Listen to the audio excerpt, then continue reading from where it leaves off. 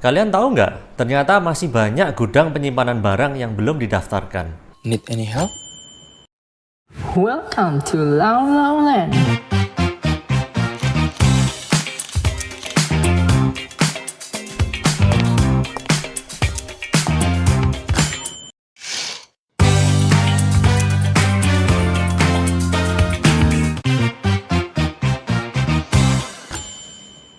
Halo semuanya, jumpa lagi bersama saya Richard.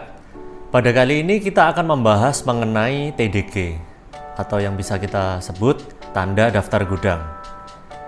Banyak di antara kita yang mempunyai gudang tapi mungkin belum tahu bahwa gudang yang kita gunakan itu harus mempunyai izin berupa TDG.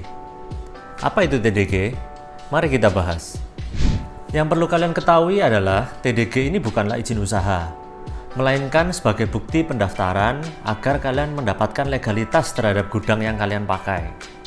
Ada peraturannya nggak sih? Tentu ada.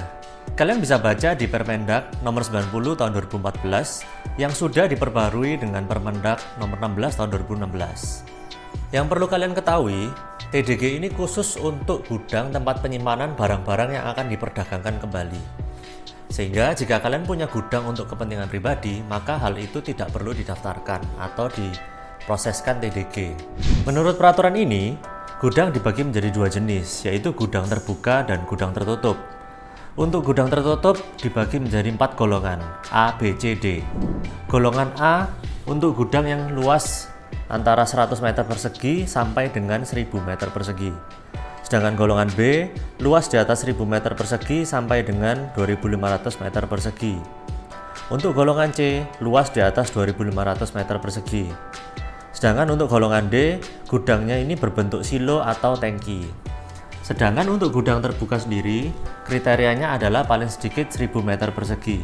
Jadi, semua pemilik gudang dengan golongan, luasan, dan kapasitas penyimpanan seperti dijelaskan sebelumnya wajib memiliki TDG atau tanda daftar gudang. Informasi lain yang perlu kalian ketahui adalah ada jenis-jenis gudang yang tidak membutuhkan TDG. Menurut pasal 19, gudang-gudang tersebut antara lain adalah gudang yang berada di kawasan berikat atau kawasan khusus. Yang kedua adalah gudang tempat penyimpanan sementara barang-barang retail atau eceran. Bagaimana cara mengurus TDG? Caranya cukup mudah. Anda bisa mengajukan izin tertulis kepada pemerintahan setempat, baik itu di tingkat provinsi maupun di tingkat kota madya atau kabupaten. Dokumen-dokumen yang perlu kalian persiapkan antara lain adalah KTP, paspor, dan kitas bagi WNA. Apabila kalian berbentuk badan hukum PT maupun CV, kalian harus bawa akte pendiriannya, tentunya dilengkapi dengan IMB, SIUP, TDP, dan NIB. TDG diterbitkan sesuai dengan domisili gudang dan wajib didaftarkan setiap 5 tahun sekali. Ada sanksinya nggak sih? Setiap peraturan tentu ada sanksinya. Bagi para pelaku usaha yang memiliki gudang dan tidak mendaftarkan TDG, bisa dikenakan sanksi penutupan gudang hingga denda sesuai dengan peraturan yang berlaku. Jadi buat kalian para pelaku usaha, harap berhati-hati dan jangan sampai lupa mengurus TDG. Jangan lupa saksikan video kami setiap minggunya karena kita akan belajar hukum hanya di Lao Lao Land.